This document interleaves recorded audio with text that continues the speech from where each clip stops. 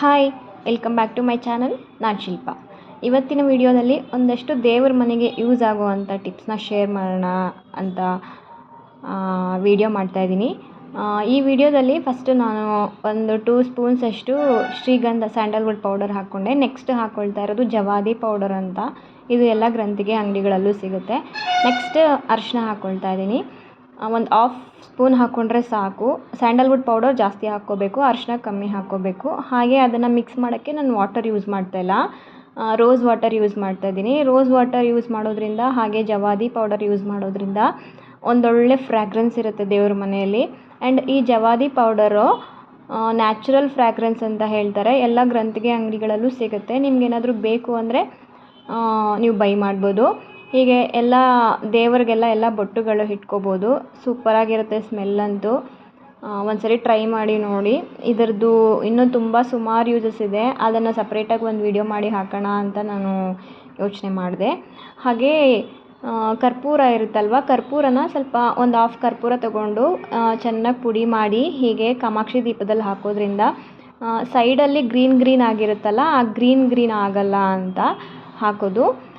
ಕಾಮಾಕ್ಷಿ ದೀಪ ಹಚ್ಚೋಕ್ಕೆ ಹಾಗೆ ಖಾಲಿಯಾಗಿಡೋದಕ್ಕಿಂತ ಹೀಗೆ ಒಂದು ಸ್ವಲ್ಪ ಹೂವು ಹಾಕ್ಬಿಟ್ಟು ಒಂದು ಸ್ವಲ್ಪ ಅಕ್ಷತೆ ಕಾಳು ಅಕ್ಕಿ ಮತ್ತು ಅರಿಶಿನ ಮತ್ತು ನಾನು ಸ್ವಲ್ಪ ರೋಸ್ ವಾಟರ್ ಯೂಸ್ ಮಾಡಿಕೊಂಡು ಅಕ್ಷತೆ ಕಾಳು ಮಾಡ್ಕೊಂಡಿದ್ದೀನಿ. ಆ ಕಾಳನ್ನ ಹಾಕೋದ್ರಿಂದ ಮನೆಯಲ್ಲಿ ಒಂದೊಳ್ಳೆ ಪಾಸಿಟಿವ್ ವೈಬ್ಸ್ ಇರುತ್ತೆ. ಹಾಗೆ ಒಂಥರ ಗುಡ್ ವೈಬ್ಸ್ ಇರುತ್ತೆ, ಚೆನ್ನಾಗಿರುತ್ತೆ.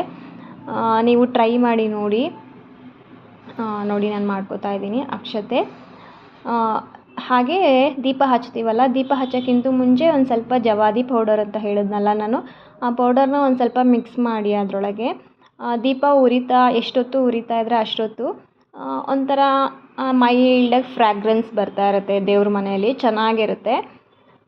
ಒನ್ಸ್ ಯೂಸ್ ಮಾಡಿ ನೋಡಿ. ಇದೇನು ಕಾಸ್ಟ್ ಏನು ಜಾಸ್ತಿ ಇಲ್ಲ, ಅರೌಂಡ್ ಒಂದು 30-40 ರುಪೀಸ್ ಅಷ್ಟೇ. ನೋಡಿ, ಈಗ ನಾನು ಆಯಿಲ್ಗೆ ಹಾಕ್ಕೊಳ್ತಾ ಇದ್ದೀನಿ. ಒಂದು ಸ್ವಲ್ಪ ಹಾಕ್ಕೊಂಡ್ರೆ ಸಾಕು. ಸ್ವಲ್ಪನೇ ಯೂಸ್ ಮಾಡೋದಷ್ಟೇ, ಜಾಸ್ತಿ ಏನು ಬೇಕಾಗಿಲ್ಲ. ಆಯಿಲ್ಗೆ ಹಾಕ್ಕೊಳ್ತಾ ಇದ್ದೀನಿ. ಹಾಗೆ ದೀಪದಲ್ಲೂ ಸ್ವಲ್ಪ ಹಾಕ್ತಾಯಿದ್ದೀನಿ. ಆಯಿಲ್ಗೆ ಹಾಕ್ಕೊಂಡ್ಮೇಲೆ ಆಯಿಲ್ನ ಸ್ವಲ್ಪ ಚೆನ್ನಾಗಿ ಶೇಕ್ ಮಾಡಿ ಹಾಗೆ ಎಲ್ಲ ಕಡೆ ಮಿಕ್ಸ್ ಆಗುತ್ತೆ. ಆ್ಯಂಡ್ ದೀಪಕ್ಕೆ ಹಾಕೋ ಮುಂಚೆ ಶೇಕ್ ಮಾಡಿ ಹಾಕಿದ್ರೆ ಎಲ್ಲ ಮಿಕ್ಸಾಗಿ ದೀಪದೊಳಗೂ ಬೀಳುತ್ತೆ, ಆಯಿಲ್ ಚೆನ್ನಾಗಿರುತ್ತೆ. ಹಾಗೆ ಈ ದಾರಗಳು ಎಲ್ಲ ಇಟ್ಟಿರ್ತೀವಲ್ಲ, ಅದರಲ್ಲೂ ಅಷ್ಟೇ ಒಂದು ಸ್ವಲ್ಪ ಜವಾದಿ ಪೌಡರ್ನ ಹಾಕಿದ್ರೆ ಒಂದೊಳ್ಳೆ ಫ್ರ್ಯಾಗ್ರೆನ್ಸ್ ಬರುತ್ತೆ. ಕರ್ಪೂರದೊಳಗೆ ನಾನು ಸ್ವಲ್ಪ ಮೆಣಸು ಹಾಕ್ತಾಯಿದ್ದೀನಿ. ಇದರಿಂದ ಕರ್ಪೂರ ಬೇಗ ಕರಗೋದಿಲ್ಲ ಅಂತ ಹಾಕ್ತಾಯಿದ್ದೀನಿ. ಈ ಟಿಪ್ ಆಲ್ಮೋಸ್ಟ್ ಎಲ್ಲರಿಗೂ ಗೊತ್ತೇ ಇರುತ್ತೆ ಅನಿಸುತ್ತೆ. ಹೀಗೆ ಇದು ಕುಬೇರ ದೀಪ ಅಂತಾರೆ.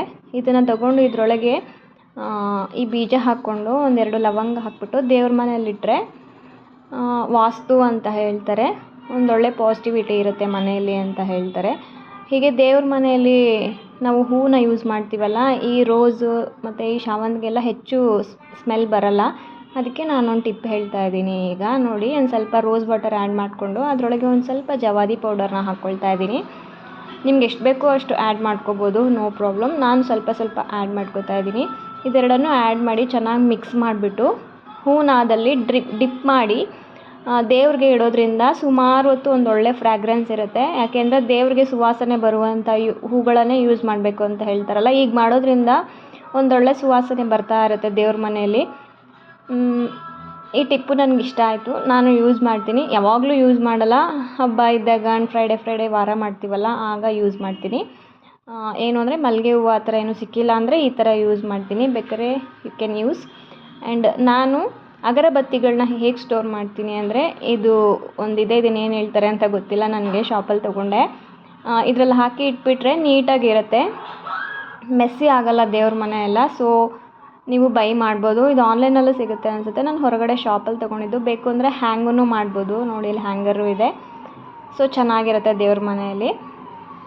ಸುಮಾರು ಜನ ಅಗರಬತ್ತಿಗಳು ತುಂಬ ಹೊತ್ತು ಹುರಿಬೇಕು ಅಂದ್ಬಿಟ್ಟು ನೀರಲ್ಲಿ ಡಿಪ್ ಮಾಡ್ತಾರೆ.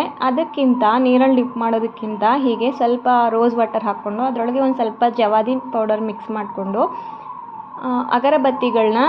ಅಗರಬತ್ತಿಗಳಿಗೆ ಈ ವಾಟರ್ನ ಡಿಪ್ ಮಾಡಿಸೋದ್ರಿಂದ ಅಗರಬತ್ತಿಯಿಂದ ಒಂದೊಳ್ಳೆ ಗುಡ್ ಸ್ಮೆಲ್ ಸುಮಾರು ಹೊತ್ತು ಬರುತ್ತೆ. ಹಾಗೆ ಈ ವಾಟರ್ನ ಡಿಪ್ ಮಾಡಿಸೋದ್ರಿಂದ ತುಂಬ ಹೊತ್ತು ಉರಿಯುತ್ತೆ. ಮಾಮೂಲಿಯಾಗಿ ಉರಿಯೋದಕ್ಕಿಂತ ಇನ್ನೂ ತುಂಬ ಹೊತ್ತು ಉರಿಯುತ್ತೆ. ಆ ಟಿಪ್ಪೊಂದು ಯೂಸ್ ಮಾಡ್ಬೋದು.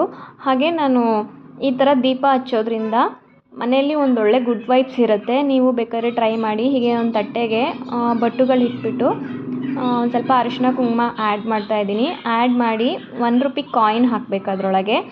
₹1 ಕಾಯಿನ್ ಹಾಕ್ಬಿಟ್ಟು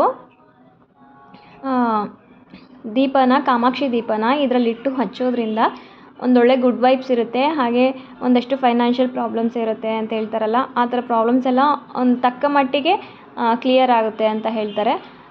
ಬೇಕಾದ್ರೆ ಯೂಸ್ ಮಾಡಿ. ಕಾಮಾಕ್ಷಿ ದೀಪಕ್ಕೆ ಹೂವು ಇಡೋದು ತುಂಬ ಕಷ್ಟ ಆಗ್ತಾ ಇರುತ್ತೆ. ಸೊ ಈ ಟಿಪ್ ಯೂಸ್ ಮಾಡಿ, ಯಾರಿಗಾದರೂ ಯೂಸ್ ಆಗ್ಬೋದು ಈ ಟಿಪ್ಪು. ಈ ಡಬಲ್ ಸೈಡೆಡ್ ಗಮ್ ಟೇಪ್ ಇರುತ್ತಲ್ವ, ಆ ಟೇಪ್ನ ಕಟ್ ಮಾಡಿಕೊಂಡು ಹೀಗೆ ಸ್ಟಿಕ್ ಮಾಡಿ. ನೆಕ್ಸ್ಟ್ ಹೂವನ್ನ ಆ ಗಮ್ಗೆ ಸ್ಟಿಕ್ ಮಾಡೋದ್ರಿಂದ ಹೂವು ಅಲ್ಲೇ ಇರುತ್ತೆ, ನೋಡೋಕ್ಕೂ ತುಂಬ ಚೆನ್ನಾಗಿರುತ್ತೆ. ಹಾಗೆ ಬೇಕು ಅಂದರೆ ಬ್ಯಾಕ್ ಸೈಡಲ್ಲಿ ಟೇಪ್ ಹಾಕ್ಕೋಬೋದು, ಸೆಲೋಪಿನ್ ಟೇಪ್ ಹಾಕ್ಕೊಂಡ್ರೂ ನಡೆಯುತ್ತೆ, ಇಲ್ಲ ಅಂದರೂ ನಡೆಯುತ್ತೆ. ಸುಮಾರು ಹೊತ್ತು ಹಾಗೇ ಇರುತ್ತೆ, ಚೆನ್ನಾಗಿರುತ್ತೆ ಕಾಮಾಕ್ಷಿ ದೀಪನ ನೋಡೋದಕ್ಕೆ. ಇದಕ್ಕೆ ಹೂವು ಇಡೋಕ್ಕೆ ಆಗೋಲ್ಲ, ಸಖತ್ ಕಷ್ಟ ಆಗುತ್ತೆ. ಅದಕ್ಕೆ ಈ ಟಿಪ್ನ ಯೂಸ್ ಮಾಡ್ಕೋಬೋದು.